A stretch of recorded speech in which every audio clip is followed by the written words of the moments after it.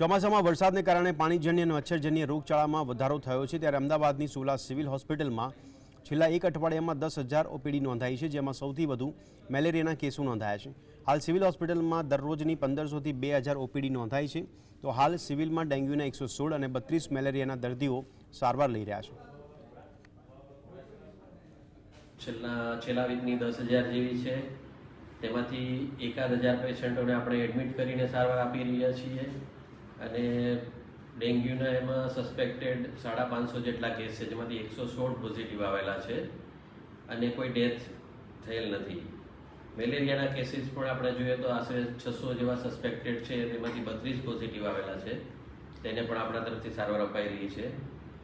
એ સિવાય ચિકનગુનિયાના suspected cases છે અને ઝાડા ઉલટીના જોઈએ તો માઇનર પાણીજન્ય રોગોમાં ગણીએ તો પાણીને લીધે શક્યતા છે।